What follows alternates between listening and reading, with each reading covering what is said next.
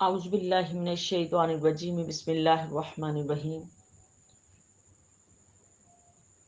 الحمد للہ رب العالمین والعاقبۃ للمتقین والصلاة والسلام علی سید الانبیاء والمرسلین والحمد للہ رب العالمین قال اللہ تبارک وتعالی فی القرآن المجید والفرقان الحمید صبغۃ اللہ ومن احسن من اللہ صبغۃ ونحن له عابدون قل اتحاجوننا فی اللہ وهو ربنا وربکم ولنا اعمالنا ولکم اعمالکم ونحن له مخلصون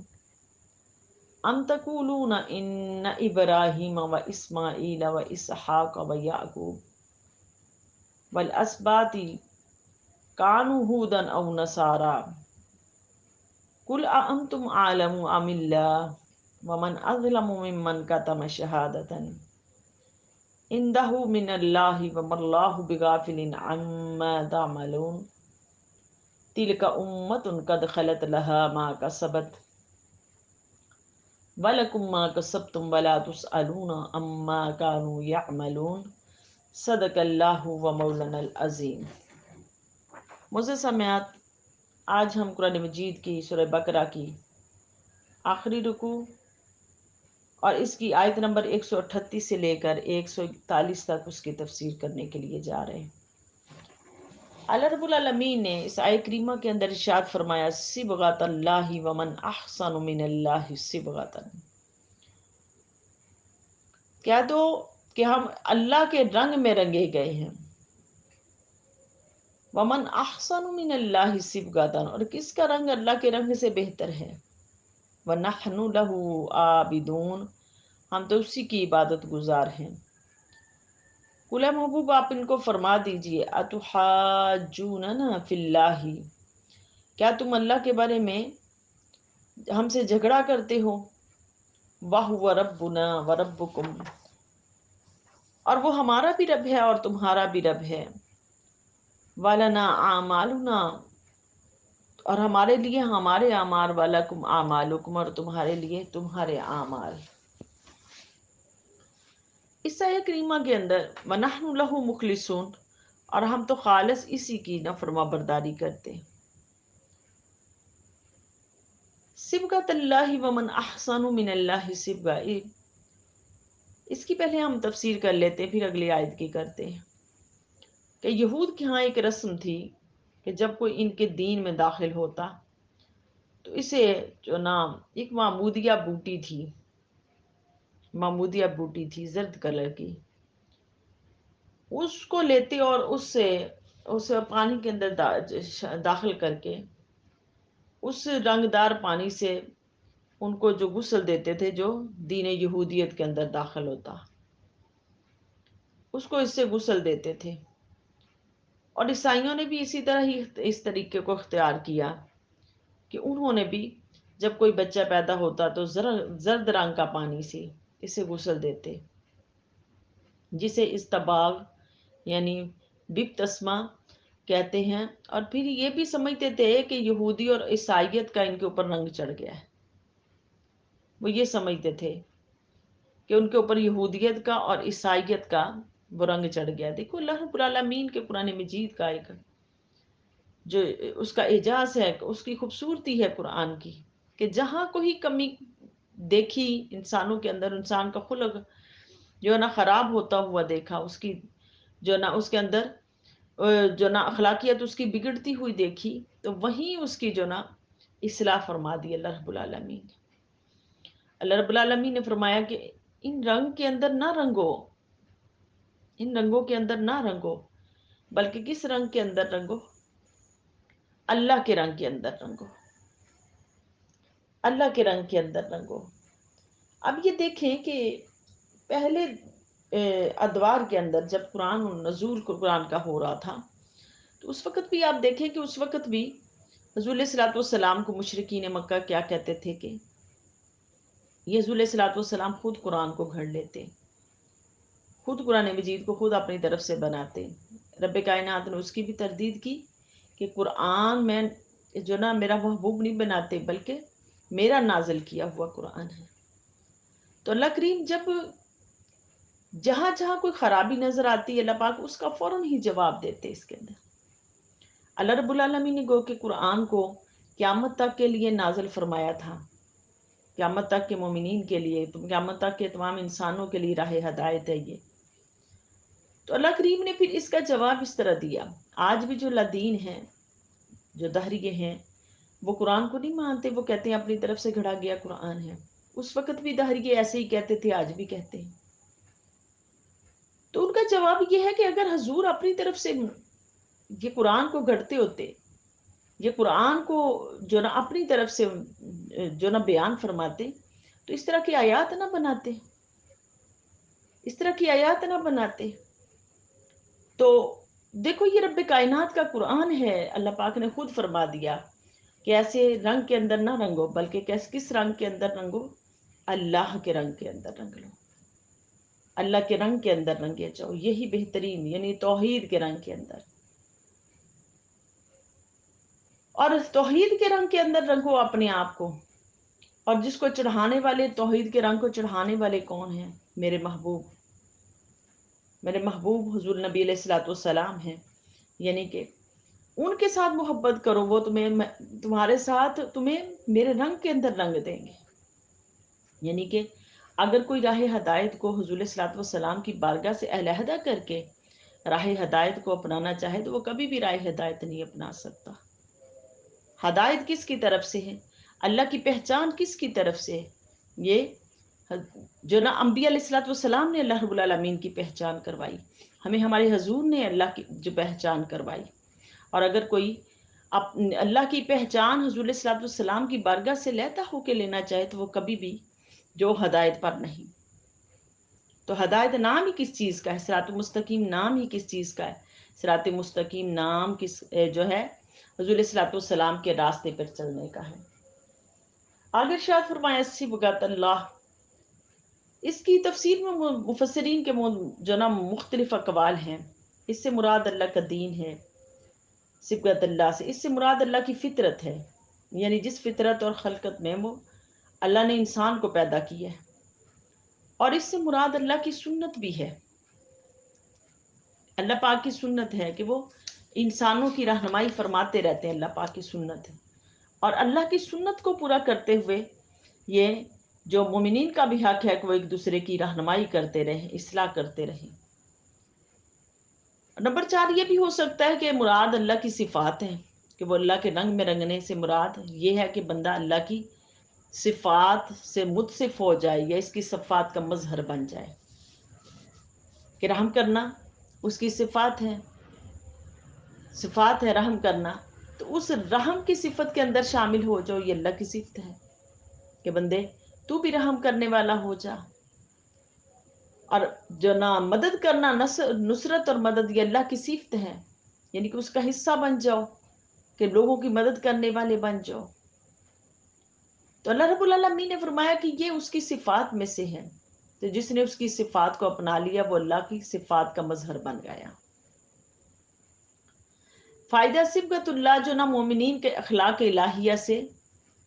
کی طرف سے جو نا متخلق ہو جانا ہے، اس میں باری تعالیٰ کی مظہریت خاصہ کا بیان ہے، اور اولیاء کرام اور مومنین جو صالحین کی مظہریت، اور آسمانی اور دیگر مخلوقات کی مظہریت، اور افعالی اور مظہریت عامہ ہے، اور اوپر کی 3 اقسام مظہریت خاصہ میں سے ہے، اور مظہریت الہیہ کا رنگ ہر کسی کو اس کے حسب و حال کی جو نا اس کے مطابق جو نا نصیب ہوتا ہے۔ آگے ارشاد فرمایا اگلی آیت کے اندر، ام تقولون ان ابراہیم و اسماعیل و اسحاق و یعقوب، یعنی کہ پہلے آیت نمبر 38 کے اندر اس کی تفسیر کی، آپ کہتے ہیں قل اے محبوب آپ ان کو فرما دیجئے، اتحاجوننا فی اللہ، کیا تم اللہ کے بارے میں ہم سے جھگڑا کرتے ہو، حالانکہ وَهُوَ رَبُّنَا وَرَبُّكُمْ، وہ تمہارا بھی رب ہے اور ہمارا بھی رب ہے، وَنَحْنُ لَهُ مُخْلِصُونَ، اور ہم خالص اسی کی عبادت کرتے ہیں۔ کہ اللہ رب العالمین کے بارے میں جھگڑا کر رہے ہو تم، اللہ کے بارے میں اختلاف کرتے ہو۔ اللہ پاک نے اس کی تردید کے لیے کہا کہ ام تقولون، تم کہتے ہو ان ابراہیم و اسماعیل، کہ اسحاق و یعقوب والاسباط کانوا ھودا او نصارا، کیا تم کہتے ہو کہ ابراہیم اور اسماعیل علیہ السلام، اسحاق و یعقوب علیہ السلام کانوا ھودا او نصارا، اور ان کے بیٹے یہودی یا نصرانی تھے، یہ نصرانی تھے؟ تو قل محبوب آپ ان کو فرما دیجئے انتم عالم ام اللہ، کیا تم زیادہ جانتے ہو یا اللہ؟ اس آیہ کریمہ کے اندر بھی ان کی اس بات کا رد کر دیا گیا۔ یہ قل اتحاجوننا فی اللہ، حضرت حسن بصری فرماتے ہیں کہ اللہ تعالیٰ کے بارے میں یہ جھگڑا تھا کہ یہود کہتے تھے کہ ہم اللہ تعالیٰ کے زیادہ قریب ہیں، کیونکہ ہم اللہ تعالیٰ کے بیٹے ہیں اور اس کے محبوب ہیں، اور ہمارے آبا، ہماری کتابیں تم سے پہلے کی ہیں، اور اللہ تعالیٰ نے فرمایا کہ محبوب آپ ان سے فرما دیں کہ مقدم ہونے کا کوئی اعتبار نہیں، مقدم ہونے کا کوئی اعتبار نہیں، اعتبار صرف یہ ہے کہ عمل کا ہے، عمل کس کے اندر اچھا ہے، خالصیت کس کے اندر ہے۔ تو اللہ رب العالمین نے خالصیت کو معیار بنایا، خالصیت کو، اور یہ کہتے تھے، یہود کہتے تھے کہ ابراہیم علیہ السلام اور یعقوب علیہ السلام یہ کیا تھے؟ وہ کہتے تھے، یہود کہتے تھے کہ یہودی تھے، اور عیسائی کہتے تھے یہ عیسائی تھے۔ اس پر اللہ پاک نے جواب دیا کہ تم زیادہ جانتے ہو کہ میں زیادہ جانتا ہوں؟ میں زیادہ جانتا ہوں۔ تو اللہ رب العالمین نے ان کی اس بات کا بھی رد کیا، یعنی کہ آیات دیکھ لیں کہ اللہ پاک فوراً ہی رد فرماتے چلے جا رہے ہیں، اور آگے ارشاد فرمایا ومن اظلم ممن کتم شہادۃ عند اللہ، اور اس سے بڑا کون ظالم ہے جو اللہ پر جو نا کی شہادت کو چھپائے۔ وَمَا اللَّهُ بِغَافِلٍ، اور اللہ غافل نہیں ہے اس بات پر، اما تعملون، جو کچھ تم کر رہے ہو،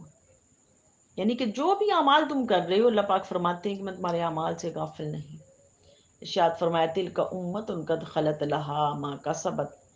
یہ وہ امتیں تھیں، یہ وہ امتیں جو گزر چکی، جو اس نے کمایا وہ ان کے لیے ہے، وَلَكُمْ مَا كَسَبْتُمْ، اور جو تم کماؤ گے وہ تمہارے لیے ہے، اما كَانُوا يَعْمَلُونَ، اور ان کے اعمال کی نسبت ان سے نہیں پوچھا جائے گا۔ اس آیت میں پہلی آیت کے جو نا اس کے اندر اخلاص کا جو مفہوم بیان فرمایا گیا، اخلاص کا مادہ اور جو نا مادہ یہ ہے کہ وہ خالص ہے، اخلاص کا مادہ، خالص کا معنی جس چیز میں ملاوٹ ہو سکتی ہو لیکن نہ ہو، یعنی کہ جس چیز کے اندر کوئی انسان ملاوٹ کر سکتا ہے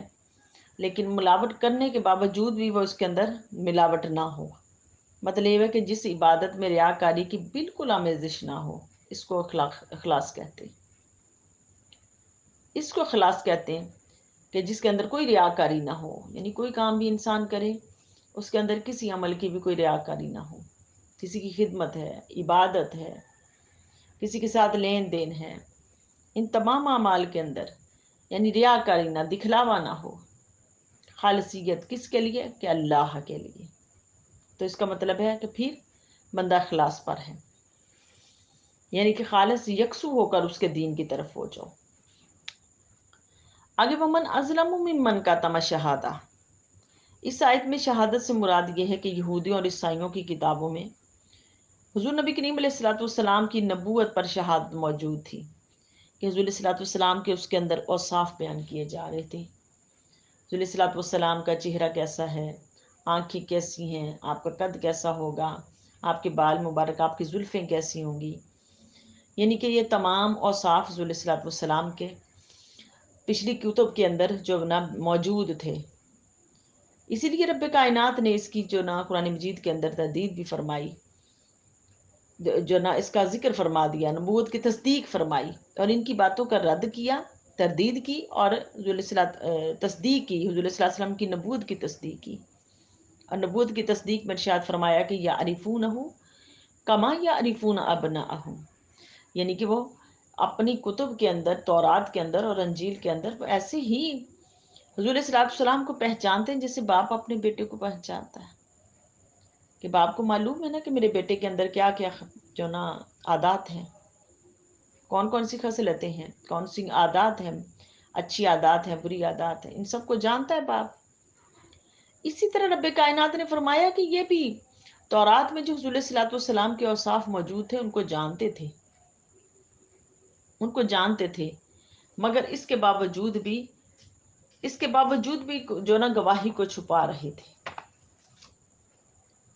اس گواہی کو چھپا رہے تھے۔ تو اللہ رب العالمین نے ان کی اس بات کا رد کیا کہ نہیں، جو نا اس سے بڑا ظالم کون ہے جو اس گواہی کو چھپا لے جو میں نے پچھلی کتب کے اندر بھی دے دی۔